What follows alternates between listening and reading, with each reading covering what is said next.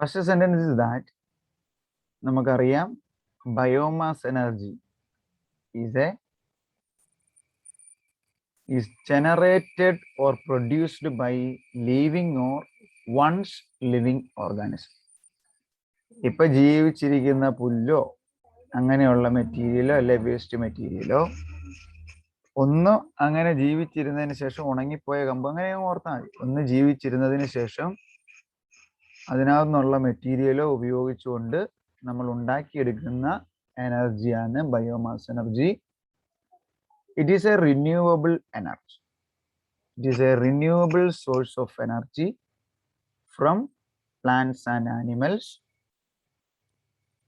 So biomass is a plant or animal material used as a source or fuel to produce electricity and heat. ഇപ്പം വിറക്, energy, crops, waste from forest, yards, farms. ഇവിടെ നോക്കിയാൽ പിന്നെ നമ്മളുടെ agriculture waste, sewage വേസ്റ്റുകൾ, municipal solid വേസ്റ്റുകൾ, പിന്നെ animal residue വേസ്റ്റുകൾ, ഇൻഡസ്ട്രി റെസിഡ്യൂസ്, ഇതെല്ലാം നമുക്ക് ബയോമാസ് സോഴ്സ് ആയിട്ട് ഉപയോഗിക്കും. So as A definition it is A renewal source of energy. നമ്മളത് ഡിസ്കസ് ചെയ്തതാണ്. പിന്നെ നമ്മൾ അതിൻ്റെ ഡിഫറെൻ്റ് സോഴ്സസ് കഴിഞ്ഞ ദിവസം പറഞ്ഞു. അതിനകത്ത് നമ്മൾ മെയിൻലി പറഞ്ഞത് manures, plants, industrial organic waste water and organic matter in municipal waste. Now today നമ്മളുടെ സിലബസിൽ ഫോട്ടോസിന്തസിസ് എന്ന് പറഞ്ഞൊരു ഹെഡിങ് ഉണ്ട്. ആക്ച്വലി അത് ഫോട്ടോസിന്തസിസ് തന്നെയാണെന്ന് എല്ലാവർക്കും അറിയാം അല്ലേ? സസ്യങ്ങള് മണ്ണിൽ നിന്ന് ജലവും ലവണവും സ്വീകരിച്ച് അന്തരീക്ഷത്തിൽ നിന്ന് കാർബൺ ഡൈ ഓക്സൈഡും സ്വീകരിച്ച് സൂര്യപ്രകാശത്തിന്റെ പ്രസൻസിൽ ആഹാരമുണ്ടാക്കും. Actually that is called photosynthesis. Point വേണമെങ്കിൽ നോട്ട് ചെയ്തു. It's a process used by plants to produce energy by using എന്നൊക്കെയാണ്? സൺലൈറ്റ് വേണം, കാർബൺ ഡൈ ഓക്സൈഡ് വേണം, വാട്ടർ ആൻഡ് മിനറൽസ് വേണം. എന്നിട്ട് ഇത് ഇലകളിൽ ഷുഗർ ആക്കി മാറ്റി കാർബൺ ഡൈ ഓക്സൈഡിനെ അബ്സോർബ് ചെയ്യുകയും ഫോട്ടോസിന്തസിസിന് ശേഷം ഓക്സിജനെ പുറത്തു വിടുകയും ചെയ്യും. ഇനി ഇവിടെ ഈ ഫോട്ടോസിന്തസിസിന്റെ പ്രസൻസ് അല്ലെങ്കിൽ അതിൻ്റെ എന്നാ പറയുന്നത് ഇമ്പോർട്ടൻസ് എന്നാണ് ഈ ബയോമാസ് എനർജിയിൽ. ഇവിടെ നോക്കി, കൺസിഡർ എ ബയോമാസ് സൈക്കിൾ. ഇപ്പം നമ്മൾ പറയുന്ന വുഡോ തടിയല്ല വിറക് ഇതൊക്കെ നമുക്ക് വേണമെങ്കിൽ നമുക്ക് എന്ത് വേണം? പ്ലാന്റ്സ് വേണം. പ്ലാന്റ്സ് വേണം എന്ന് പറയുമ്പം പ്ലാന്റ്സിന് ഇല ഉണ്ടാവണം, അല്ലെ ഉപയോഗിക്കുന്ന തടി ഉണ്ടാവണം. ഇനിയിപ്പോൾ തടി വെട്ടിക്കഴിഞ്ഞുള്ള വിറക് എടുക്കുന്നെങ്കിൽ എങ്ങനെയാണെങ്കിലും തടിയും സാധനം, അല്ലെങ്കിൽ ഇതിനകത്ത് കാർബോഹൈഡ്രേറ്റുകൾ അല്ലെങ്കിൽ ഷുഗേഴ്സ് സ്റ്റോർ ചെയ്ത മെറ്റീരിയൽ നമുക്ക് വേണം. ബയോമാസ് നമുക്ക് കിട്ടണം. സോ ദ ബയോമാസിന്റെ ക്വാണ്ടിറ്റി ഇതിനകത്ത് അല്ലെങ്കിൽ ഒരു പ്ലാന്റ്സിനകത്ത് സ്റ്റോർ ചെയ്യുന്നത് എങ്ങനെയാണ്? By photosynthesis. ഫോട്ടോസിന്തസിസ് ഉപയോഗിച്ചാണ് സസ്യങ്ങള് ബയോമാസ് സ്റ്റോർ ചെയ്യും. അതിനെ പിന്നെ നമ്മൾ എന്നാക്കി മാറ്റും? പല പല ഓർഗാനിക് മെറ്റീരിയലാക്കി മാറ്റും. ഓർഗാനിക് മെറ്റീരിയൽ കത്തിക്കുമ്പോൾ എന്ത് പറ്റും? അതിനകത്ത് കാർബൺ ഡൈ ഓക്സൈഡ് ഉണ്ടാകും. ഈ കാർബൺ ഡൈ ഓക്സൈഡ് സൂര്യപ്രകാശത്തിന്റെ പ്രസൻസിൽ വീണ്ടും സസ്യങ്ങള് ഫോട്ടോസിന്തസിസിന് വലിച്ചെടുക്കും. അപ്പം ഈ ഒരു സൈക്കിളില് കാർബൺ ഡൈ ഓക്സൈഡിന്റെ പ്രസൻസ് അന്തരീക്ഷത്തിൽ നിന്ന് കുറയുവാൻ ഈ ഫോട്ടോസിന്തസിസ് നമ്മളെ സഹായിക്കും. അതുപോലെ തന്നെ ബയോമാസ് സോഴ്സ്, ബയോമാസിന്റെ അളവ് അല്ലെങ്കിൽ സോഴ്സിന്റെ അളവ് വർദ്ധിപ്പിക്കാനും ഫോട്ടോസിന്തസിസ് സഹായിക്കും. അതുപോലെ this is a cycle, photosynthesis biomass സൈക്കിളാണിത്. Very very important. First step of photosynthesis. From photosynthesis, biomass is produced. From biomass നമ്മൾ ഓർഗാനിക് മെറ്റീരിയൽ അല്ലെങ്കിൽ ചെറിയ ചെറിയ വിറകുകളോ കത്തിക്കാനുള്ള സാധനങ്ങളോ ഓർഗാനിക് മെറ്റീരിയലോ ആക്കി മാറ്റി ചിലപ്പോൾ അതിനകത്ത് കുറച്ച് പശുവിന് തിന്നാൻ കൊടുത്തു, പിന്നെ അത് ക്യാറ്റിൽ മന്യൂറായി, അങ്ങനെ പല ഫോമിൽ പുറത്തു വന്നു. അതിനെ നമ്മൾ കത്തിക്കുന്നതിന്റെ ഫലമായിട്ട് എനർജി പ്രൊഡ്യൂസ് ചെയ്യും. At the same time it produced carbon dioxide. So by this combustion or burning of this biomass, carbon dioxide is ejected to the atmosphere. Again, the same plant or another plant which absorb the presence of this carbon dioxide from the atmosphere. അറ്റ്മോസ്ഫിയറിൽ ഇപ്പോൾ എത്തിയ carbon dye oxide വീണ്ടും ആ സസ്യം absorb ചെയ്യും. Again, by using that carbon dioxide, it produce biomass by using photosynthesis reaction. So this is important topic, biomass cycle by photosynthesis. നിങ്ങൾ ബുക്കിലേക്ക് വരച്ചായിരുന്നു ആരെങ്കിലും ഒക്കെ? വരച്ചവരുണ്ടെങ്കിൽ നമ്മുടെ ഗ്രൂപ്പിൽ ഒന്ന് അപ്ഡേറ്റ് ചെയ്ത് തരും. So actually this is a biogas plant. This is a biogas plant. ആദ്യം നമുക്ക് ഇവിടെ നോക്കണം, ഒരു ബേസ്മെന്റ് വേണം. അപ്പൊ നോക്കിയേ, അത് ശരിക്കും നമ്മളൊരു സർക്കുലർ ആകൃതിയിലാണ് ഉണ്ടാക്കിയെടുക്കുന്നത്. ഒരു സർക്കുലർ ആകൃതിയിൽ. അപ്പൊ ആദ്യം വേണ്ടതാണ് ലേ ഔട്ട്. ഇതിന്റെ താഴെ ഒരു ലേ ഔട്ട് റൗണ്ട് ഷേപ്പിൽ നമ്മൾ ഉണ്ടാക്കിയെടുക്കണം. അപ്പൊ ഫസ്റ്റ് പോയിന്റ് ആയിട്ട് നിങ്ങൾ എഴുതണം ലേ ഔട്ട്. സെക്കൻഡില് നമ്മൾ പറയുന്നതാണ് എക്സ്കവേഷൻ. EXCAVATION.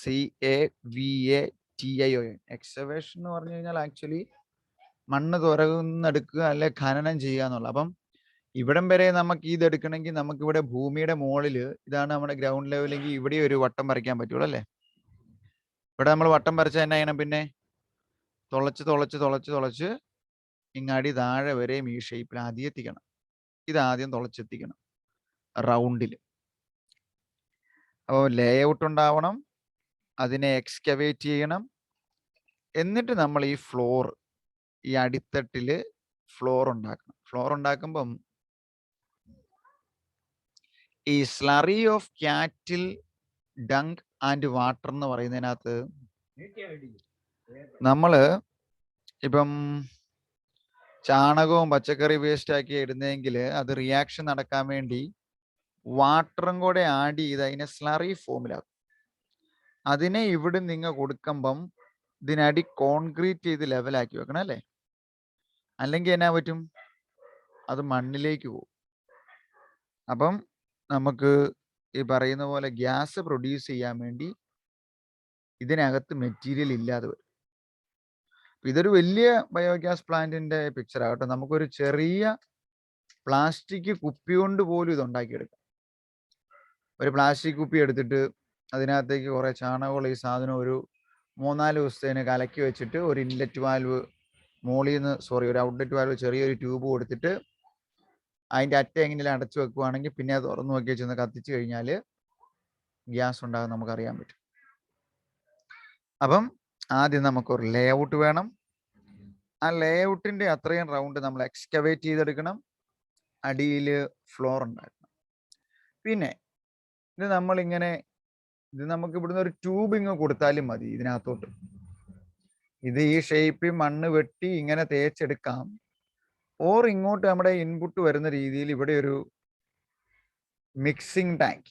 ഈ മിക്സിംഗ് ടാങ്ക് ആണ് ഞാൻ പറഞ്ഞത് നമ്മളുടെ മെറ്റീരിയലും വാട്ടറും കൂടെ ആഡ് ചെയ്യാൻ വേണ്ടിയുള്ള ടാങ്ക്. അവിടുന്ന് ഒരു പൈപ്പിംഗ് ഇട്ടാലും മതി. ഒരു വണ്ണം കൂടിയിട്ട് ഇവിടെ വരുമ്പോൾ വണ്ണം കുറയുന്ന രീതിയിൽ ഒരു പൈപ്പ് ഇട്ടാലും മെറ്റീരിയൽ ഇവിടെ വന്ന് വീണോളൂ. അപ്പം അതിനുശേഷം അവിടെ ഒരു സൈഡ് വാൾ ഉണ്ടാക്കി വെക്കണം. ഇതുപോലെ നല്ല വാൾ ഉണ്ടാക്കണം. അതായത് നമ്മൾ തുറന്നതിന്റെ സൈഡ് ഇടിഞ്ഞ് ഇതിനകത്തോട്ട് വീഴരുത്. മനസ്സിലായോ? വളരെ സിമ്പിൾ ആയിട്ട് ചിന്തിച്ചാൽ മതി. ഇവിടെ ഇപ്പൊ ഇങ്ങനെ തുറന്ന് വെച്ചിരിക്കുക, മണ്ണ് മാറ്റി വെച്ചേക്കുക. അപ്പൊ ഇത് ഇതിനകത്തോട്ട് ഇടിഞ്ഞ് വീഴാതിരിക്കാൻ അതിന്റെ സൈഡ് നമ്മൾ ഇഷ്ടിക അല്ലെ കട്ട കൊണ്ട് കെട്ടി അതിനകത്ത് എന്തെങ്കിലും ഫില്ലിങ്ങുകൾ അല്ലെ സിമെന്റ് ആഡ് ചെയ്ത് കൊടുക്കും. അപ്പം ഒരു ഫസ്റ്റ് സ്റ്റെപ്പിൽ നമ്മൾ ഒരു ലേ ഔട്ട് ഉണ്ടാക്കി, മണ്ണ് തുറന്ന് എക്സ്കവേറ്റ് ചെയ്തു, അടിയിൽ തേർഡ് സ്റ്റെപ്പിൽ ഫ്ലോർ ഉണ്ടാക്കിയിട്ട് സൈഡ് വാൾ ഉണ്ടാക്കി. ഇനി പാർട്ടീഷൻ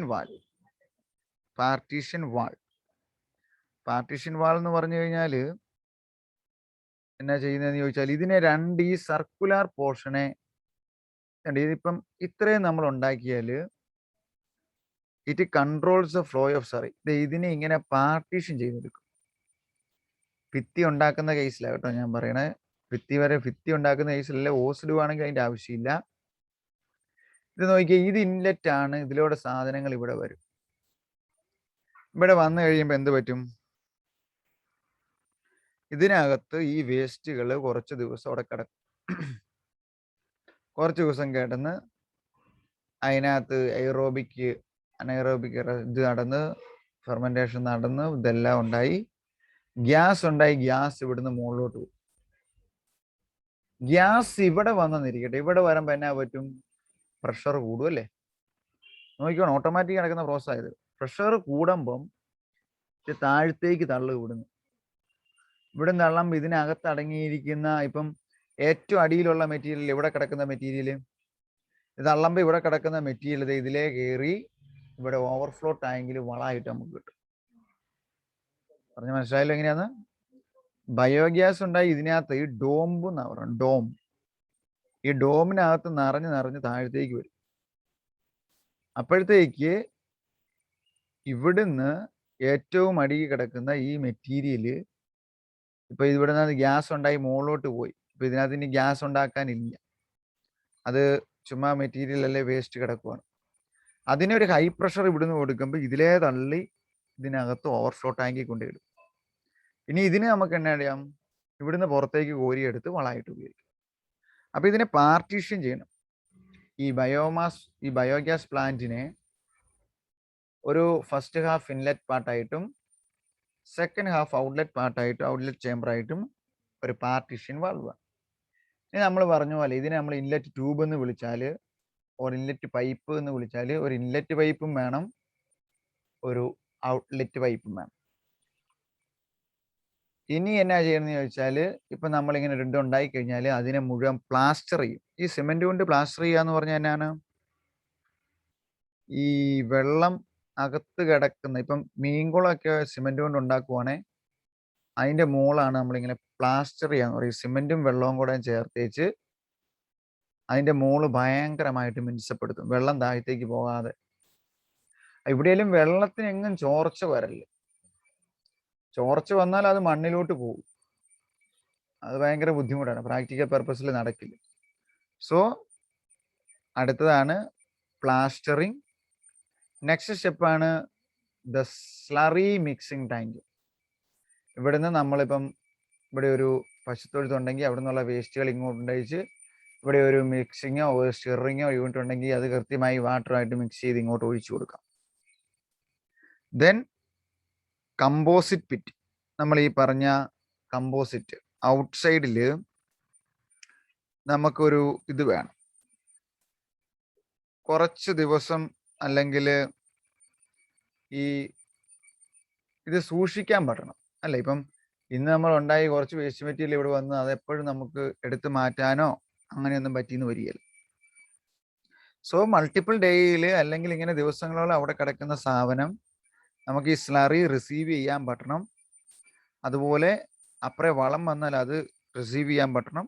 അതുപോലെ അത് എടുത്ത് മാറ്റാനുള്ള സൗകര്യങ്ങൾ കിട്ടണം. സോ ഒരു കമ്പോസിറ്റ് പിറ്റ്, അതിപ്പം രണ്ട് വശത്താണല്ലോ ഒരു കമ്പോസിറ്റ് അല്ലെങ്കിൽ നമ്മൾ പറയല്ലേ ഈ വേസ്റ്റ് വന്ന് അടിയുന്ന അവിടെ അതിനൊരു ടാങ്ക് അല്ലെങ്കിൽ ഒരു കുഴി ഉണ്ടാക്കിയിട്ടേക്കണം.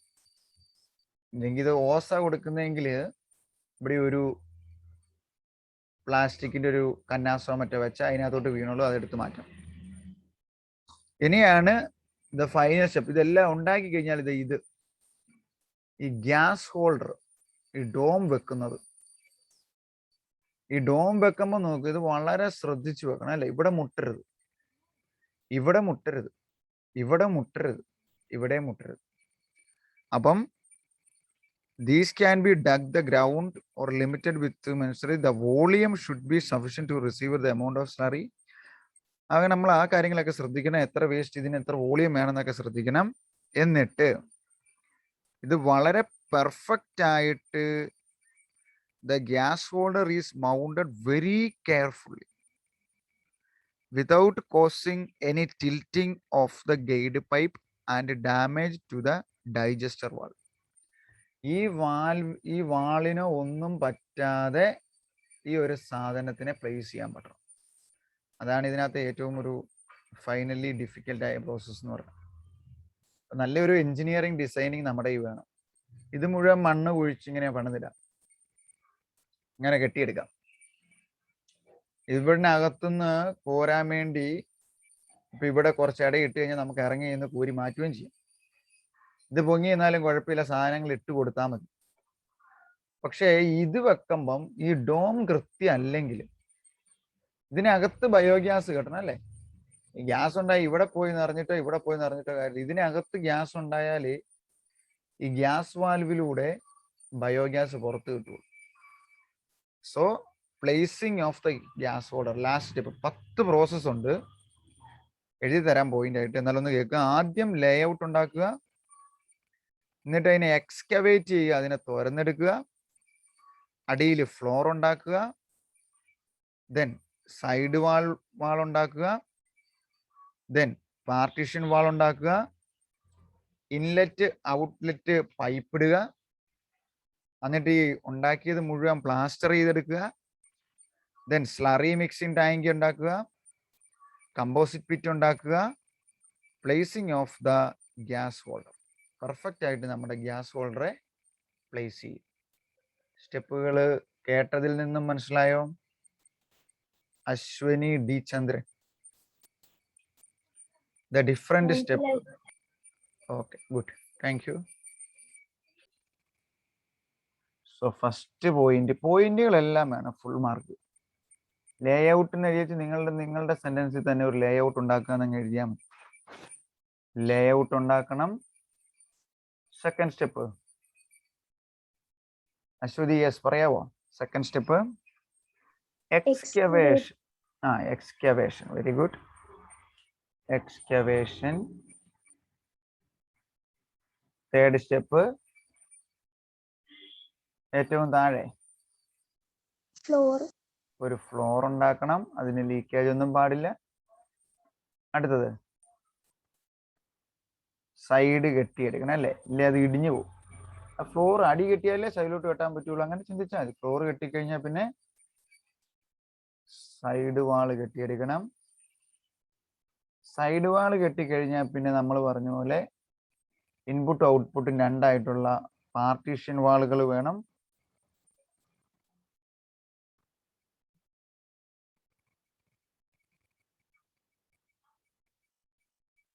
പാർട്ടീഷൻ വാൾ വെച്ച് കഴിഞ്ഞാൽ പിന്നെ ഈ ഇൻപുട്ടും ഔട്ട്പുട്ടും അതിനകത്തോട്ട് ഇടാനും എടുക്കാനും ഉള്ള ഇൻലെറ്റ് ആൻഡ് ഔട്ട്ലെറ്റ് കൊടുക്കണം. അത് ഇൻലെറ്റ് ആൻഡ് ഔട്ട്ലെറ്റ് എന്ന് കൊടുത്താൽ മതി, അല്ലെങ്കിൽ ഇൻലെറ്റ് ആൻഡ് ഔട്ട്ലെറ്റ് പൈപ്പ് എന്നാണെങ്കിലും കൊടുക്കാം.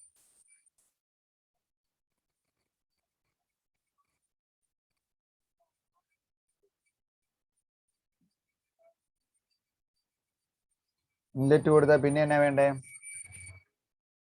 ഇനി മുഴുവൻ തേച്ചെടുക്കും. പ്ലാസ്റ്ററിങ്. പ്ലാസ്റ്ററിങ് എന്നുള്ള വാക്ക് കേട്ടിട്ടുണ്ടല്ലോ അല്ലെ? പ്ലാസ്റ്റർ ചെയ്യുക. പിന്നെ ഇൻപുട്ടിൽ സ്ലറി മിക്സിംഗ് ടാങ്ക് വേണം.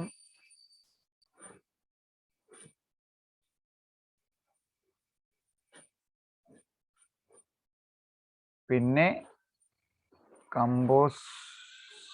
കമ്പോസ്റ്റ് നമ്മളുടെ കമ്പോസ്റ്റ് പിറ്റ് വേണം. അവസാനമായിട്ട് നമ്മൾ അതിനെ പെർഫെക്റ്റ്ലി പ്ലേസ് ചെയ്യണം ഈ ഗ്യാസ് ഹോൾഡറിനെ അല്ലെ ഡോമിനെ. സോ പ്ലേസിംഗ് ഓഫ് ദ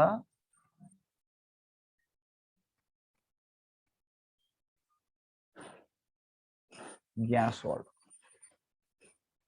ഇത്രയും സ്റ്റെപ്പ്. അപ്പോൾ ഓരോന്നിലും നിങ്ങൾക്ക് പറ്റുന്ന സെന്റൻസുകൾ ആഡ് ചെയ്യുക, എഴുതുക. നോട്ട് PDF ഫോമിൽ തരാം. ഒരു ഔട്ട്ലൈൻ, ഡിഫറെന്റ് പ്രോസസ് സ്റ്റെപ്പുകളുടെ ഒരു ഔട്ട്ലൈൻ മനസ്സിലായില്ലേ അശ്വതി? ക്ലിയർ ആയില്ലേ ഓരോ സ്റ്റെപ്പുകളും? Okay. The major points for the selection for the site for the installation of a biogas plant. ഒരു ബയോഗ്യാസ് പ്ലാന്റ് വെക്കുന്ന സ്ഥലത്ത് ഉണ്ടാകേണ്ട സൗകര്യങ്ങളല്ലേ ശ്രദ്ധിക്കണ്ടേ?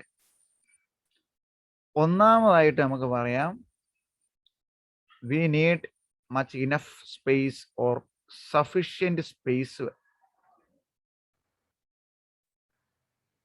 ഈ പറയുന്ന ഇൻലെറ്റ് ടാങ്കും കമ്പോസ്റ്റ് ടാങ്കും ഒക്കെ പണിയണമെങ്കിൽ അത് എന്നും ചെറുതാണെങ്കിൽ എന്നും പോയി നമ്മൾ നീക്കം ചെയ്യേണ്ടി വരും. അത്യാവശ്യം 2 മാസം കൊണ്ടൊക്കെ ബയോഗ്യാസ് പ്ലാന്റിൽ ബയോഗ്യാസ് ഉണ്ടാകാൻ തുടങ്ങുന്നതെങ്കിൽ അതിന്റെ വേസ്റ്റ് ഒരു 2 മാസത്തിനിടയ്ക്കൊക്കെ നീക്കം ചെയ്യാൻ പറ്റണം.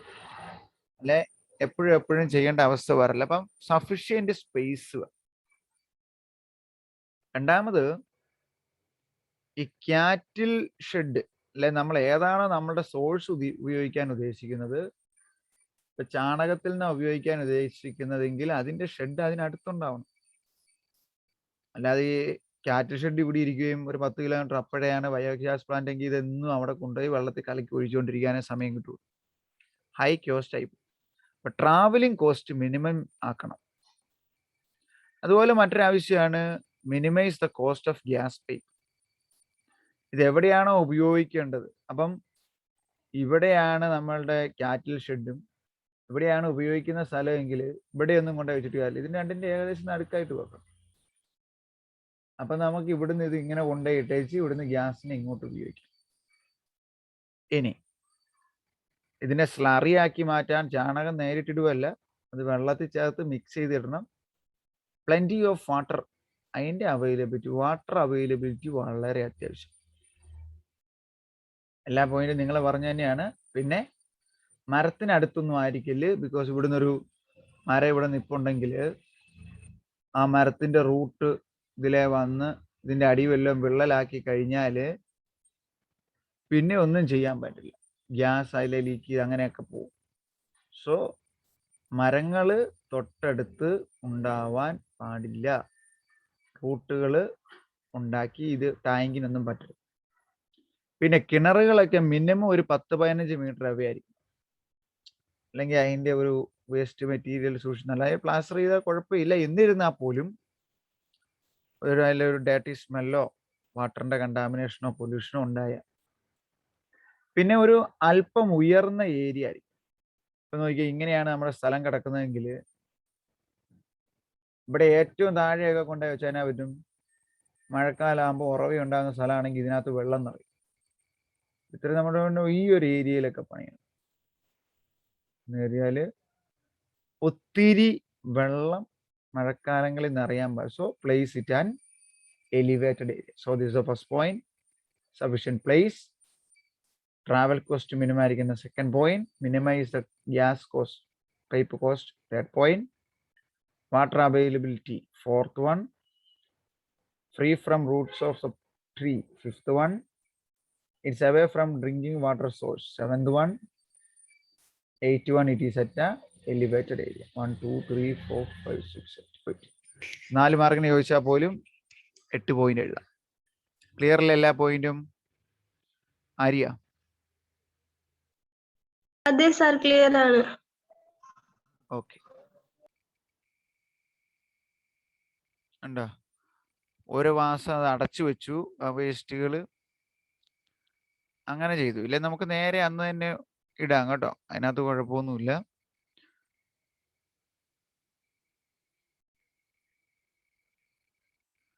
ഇപ്പൊ എന്തിനാ ഇതിലേ വന്നേച്ച് ഈ ബലൂണാത്ത് ഈ ഗ്യാസ് കെട്ടി കിടന്നോളും. നമുക്ക് ആവശ്യമുള്ളപ്പോൾ ഇത് തുറന്നു കഴിഞ്ഞാൽ ഇതുകൊണ്ട ബലൂൺ വീർത്തിരിക്കുന്ന നോക്കിയേ, ഇത്രയും വലുതായി ഇത് കാണാലോ അല്ലേ? ഇവിടുന്ന് ഗ്യാസ് ഉണ്ടായി ഇവിടെ വന്ന് ഇതിന്റെ ഔട്ട്പുട്ട് ഇത് തുറന്നു കഴിഞ്ഞാൽ ഇതിലെ ഗ്യാസ് വരും. ഉണ്ടോ? It's very simple actually. അല്ല സയൻസ് എക്സ്പെരിമെന്റോ സയൻസ് എക്സിബിഷൻ ഒക്കെ നമുക്ക് ഉണ്ടാക്കി പോലും കാണിക്കുക. എന്തെങ്കിലും ചെലവ് വന്നോ ഇവിടെ? നമുക്ക് വളരെ സിമ്പിൾ ആയിട്ട് നമുക്ക് വീട്ടിലുണ്ടാക്കാവുന്ന മാലിന്യം കുറഞ്ഞ ചെലവ് കുറഞ്ഞ ഒരു റിന്യൂവബിൾ സോഴ്സ് ഓഫ് എനർജിയാണ് ബയോഗ്യാസ്. നമ്മുടെ വേസ്റ്റുകൾ ഒരു മിക്സിയിലിട്ട് അടിച്ച് വെള്ളം ചേർത്തൊരു പാത്രത്തിൽ ഒഴിച്ചു വെക്കുക. ഒരു ഔട്ട്പുട്ട് സ്റ്റോർ ചെയ്യാൻ വേണ്ടി ഇതുപോലെ ഡോംബൊന്നും ഉണ്ടാക്കണ്ട. ഒരു പ്ലാസ്റ്റിക് കൂടോ എന്തെങ്കിലും ഒരു സാധനം അതിനകത്ത് അത് സ്റ്റോർ ചെയ്യാൻ വേണ്ടി ഉപയോഗിക്കാതെ ഇപ്പം ബലൂൺ ചുങ്ങിപ്പോയി ഗ്യാസ് തീർന്നു. ഇതിനകത്ത് മെറ്റീരിയൽ ഉള്ളത് ഉണ്ടാകുമ്പോൾ വീണ്ടും ഇട്ട് കൊടുക്കുക. ഇനി അത് നേരെ എടുത്തിട്ട് നമ്മുടെ സസ്യങ്ങൾക്കോ മറ്റോ ഇട്ട് കൊടുത്താൽ മതി.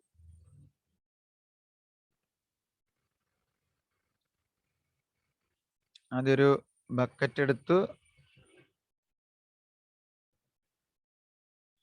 എയർ ടൈറ്റ് ആയിരിക്കണം എല്ലായിടത്തും കേട്ടോ, അല്ലെങ്കിൽ ഔട്ട്പുട്ട് കിട്ടില്ല. ഒരു സ്റ്റോറേജിങ്ങിന് വേണ്ടി ഒരു ബലൂൺ ഉണ്ടാക്കി അത് മറ്റൊരു ഇതിനകത്ത് ചെയ്തു വെച്ചു. പിന്നെ മീഥെയിൻ ഉണ്ടാക്കാൻ വേണ്ടി മീഥെയിൻ ഗ്യാസ് ആണ്, ഗ്യാസിന്റെ പേര് മറക്കില്ല. അതും ഇതും കണക്ട് ചെയ്തൊരു ഔട്ട്പുട്ട് കിട്ടാൻ വേണ്ടി ഒരു T കണക്ഷൻ കൊടുത്തു. ഇതൊരു നല്ല ഐഡിയ ആണ് പുള്ളി. ഇതുപോലെ നമ്മളൊരു എന്നാ പറയണ മിക്സിയിലൊക്കെ അടിച്ചിട്ടിടുവാണെങ്കിൽ പെട്ടെന്ന് അതിന്റെ റിയാക്ഷൻ ഇതാണ്. നമ്മൾ ശരിക്കും പറഞ്ഞാൽ ഇപ്പം ചാണകത്തിൻ്റെയൊക്കെ നമ്മൾ ആദ്യത്തെ ഇതിനകത്ത് ചെയ്യുന്നത് മിക്സിങ് ചെയ്യുന്നത് അതുണ്ടാക്കി വെച്ച് ഇദ്ദേഹം വേറൊരു ഇതിനകത്ത് തന്നെ വെച്ചാൽ മതി. അങ്ങനെ നിങ്ങളങ്ങ് ഓർത്താൽ മതി. ഒരു കുപ്പിയിൽ അങ്ങനെ അടച്ചു വെച്ചില്ലെങ്കിലും കുഴപ്പമൊന്നുമില്ല. കുപ്പിയിൽ 1 മാസം അടച്ചു വെച്ചിട്ട് ഉപയോഗിക്കുന്നതെങ്കിൽ കുറച്ചുകൂടെ സ്പീഡ് കൂടും റിയാക്ഷൻ. കണ്ടല്ലോ അല്ലേ? കണ്ടോ? ഇത് കണ്ടല്ലോ, ഗ്യാസ് അത്രയും സ്റ്റോർ ചെയ്യപ്പെട്ടു. ഇത് തുറന്നിട്ട് ഈ ഇൻലെറ്റ് അങ്ങ് തുറന്നാൽ മതി. ഇത് ഇങ്ങോട്ട് ഗ്യാസ് സ്റ്റോർ ചെയ്യാൻ, ഇത് തുറക്കുമ്പോൾ ഗ്യാസ് പുറത്തേക്ക് വരും. It's very cheaper. ഇതിപ്പോൾ എന്നാ ചെലവ് കാണും? ഇത് വീട്ടിൽ കാണും, ഇത് വീട്ടിൽ കാണും. ഒരു ബലൂണും ഇത്രയും പൈപ്പിൻ്റെയും കോസ്റ്റ് മതി. അവനവൻ്റെ വീട്ടിൽ സൗകര്യം ഉണ്ടെങ്കിൽ, പുറത്ത് വല്ല വർക്ക് ഏരിയ ഒക്കെ ഉണ്ടെങ്കിൽ ഇതുപോലെ ഒരെണ്ണം ഉണ്ടാക്കാനുള്ളതേ ഉള്ളൂ. ഇതിങ്ങനെയല്ല, അല്ലാതെ തന്നെ നമുക്ക് കുറച്ചുകൂടെ വലിയ ഒരു വ്യവസായ അടിസ്ഥാനത്തിലൊക്കെ ഇതെല്ലാം ഉണ്ടാക്കിയെടുക്കാം. ഏത് രീതിയിലാണല്ലോ ഇത് ഉണ്ടാക്കാവുന്നത്? It's very simple actually. Okay.